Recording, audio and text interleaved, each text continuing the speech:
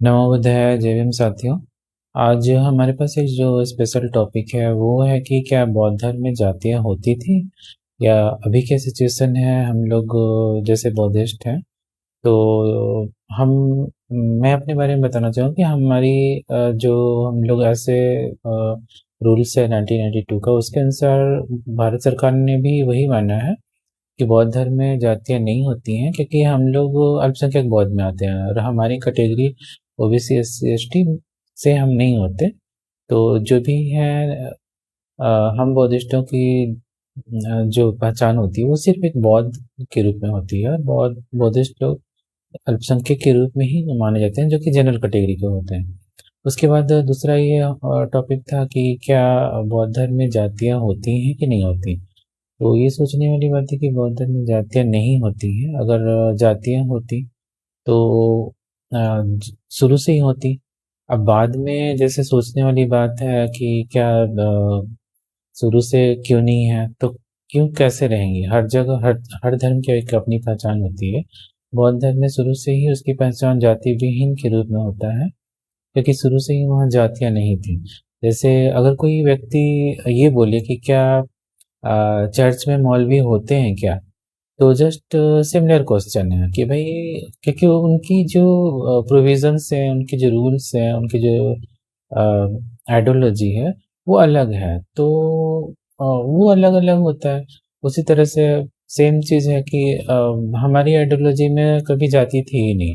सोचने वाली बात है, ये रूमर ये फैलाया जाता है क्योंकि कुछ लोग लोभ लालच में चाहते हैं कि हम इधर भी रहें उधर भी रहें, तो वो लोग ऐसा करते हैं। यहाँ तक बोलने वालों को आपने देखा होगा कि वो बोलते हैं कि हाँ, चर्च में भी ब्राह्मण होते हैं, चर्च में भी मौलवी होते हैं। तो ये कोई बेतुकी बातें हैं, ऐसे बातों पे कभी ना जाएं। ये समाज में भ्रम फैलाने वाले लोग हैं। और जिसपे कि प्रशासन भी इन चीज़ों को काफ़ी स्ट्रिक्टली ले रही है, क्योंकि ऐसी चीज़ें सोसाइटी को भी खराब करती हैं। तो मैं ये बोलना चाहूँगा कि बौद्ध धर्म में कभी जातियाँ नहीं थी, क्योंकि इतिहास में भी जातियों का जिक्र नहीं है। तो जो प्योर रिलीजन है, अगर रिलीजियस बेस पे देखा जाए तो नहीं थी, क्योंकि जातियों को मनु ने बनाया था। आप अगर इतिहास में देखेंगे तो ये साफ लिखा रहता है कि वर्णाश्रम जो होता है, कास्ट सिस्टम, वो मनु ने बनाया था, क्योंकि वो उनका रूलिंग सिस्टम था।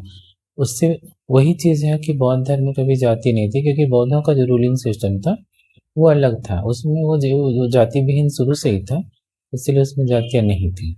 इसलिए कभी भी अगर आपको ये बोले कोई व्यक्ति, तो समझिए कि वो आपको गलत डायरेक्शन दिखाना चाह रहा है, या आपके बौद्धिस्ट होने का वो कहीं ना कहीं से आपको दूसरे डायरेक्शन में लेना चाह रहे हैं। ऐसे सोसाइटी में बहुत लोग हैं जो दूसरे को गलत डायरेक्शन दिखाते हैं ताकि उसकी अपनी जो अहमियत है वो ख़त्म हो जाए। ऐसे ही लोग होते हैं जो कि अदर रिलीजन के बारे में भी गलत बोलते हैं, उनकी आइडियोलॉजी ख़राब करते हैं।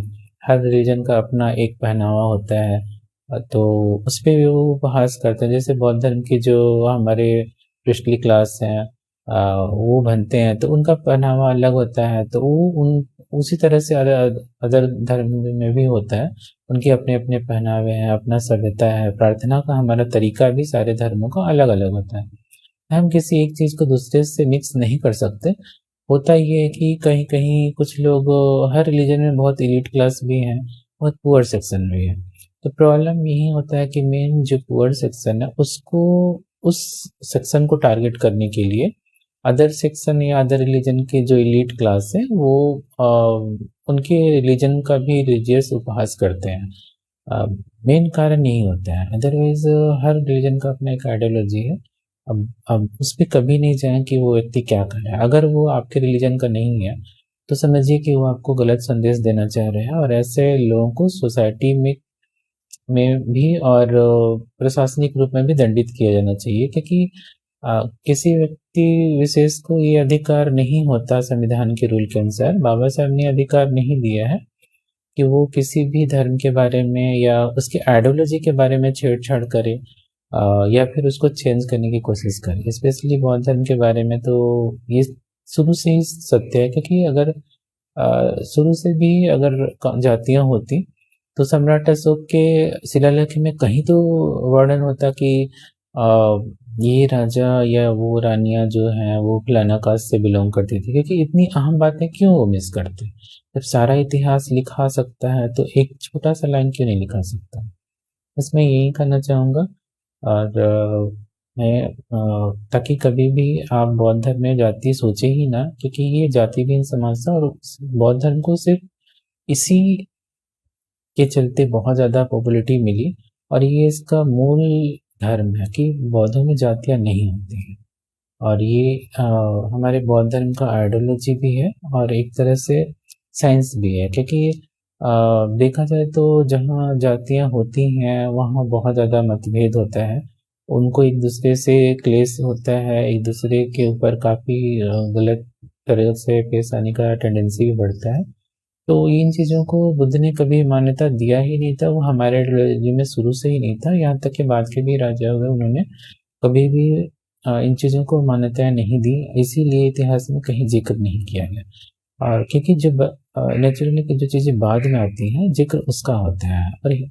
और मनु ने बाद में अपने ये में लिखा था, जातियाँ बनाई थी, इसलिए उसका जिक्र बाद में हुआ।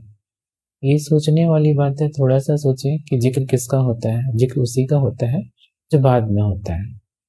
जो उस समय हुआ ही नहीं होगा तो उसको जिक्र कैसे होगा? ये आपके दिमाग की बात है, आप थोड़ा सा दिमाग पे जोर डालें, ये समझ में आ जाएगा। क्योंकि हर धर्म एक रिलीजन के बाद दूसरा रिलीजन आया, उसकी आइडियोलॉजी अलग थी, इसलिए हम किसी चीज़ को मिक्स नहीं कर सकते। ठीक है, मैं यहीं तक बोलना चाहूँगा कि आप कभी भी इन चीज़ों का ख्याल रखें।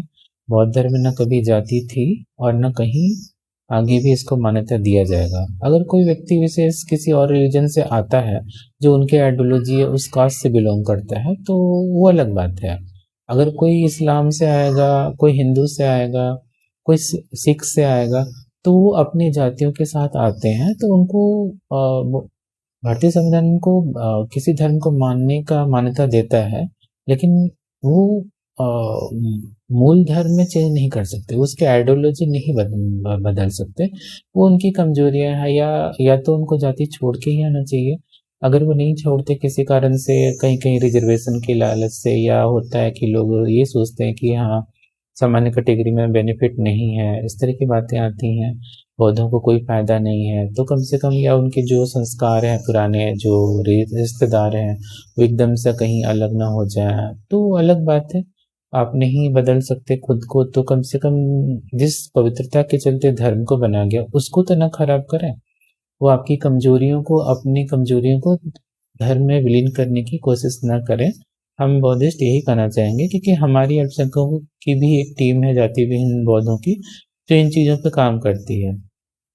और कहीं न कहीं से बाहर भी यही आइडियोलॉजी है। अगर देश के बाहर जाएँगे तो वहाँ भी बौद्ध धर्म में जातियाँ नहीं मानी जाती, क्योंकि बाहर के देशों में भी कोई जाति नाम की चीज़ नहीं है। तो रिलीजियस प्योरिटी भी बौद्धों को बहुत ज़रूरी है बना के रखें। वो अलग बात है, अपनी किसी परेशानी या बेनिफिट के चलते अगर वो जाति विहीन नहीं खुद को घोषित कर सकते, तो एटलीस्ट कम से कम जो आइडियोलॉजी है रिलीजन की, क्योंकि उसी गुण के चलते वो आते भी हैं।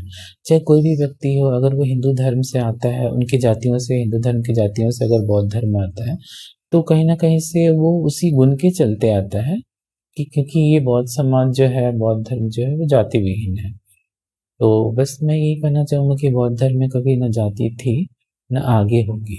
और ये हमारे बौद्ध धर्म के सबसे बड़े गुण हैं, जो कि समानता का भी अधिकार लागू होता है एक जाति विहीन समाज से। बाबा साहब ने भी अ, अपनी किताब में लिखा था। तो ये काफ़ी अच्छी चीज़ें हैं जो कि बहुत पढ़ना चाहिए, लोगों को जानना चाहिए, एक जानकारी की भी चीज़ है। नमो बुद्धाय, जय हिंद।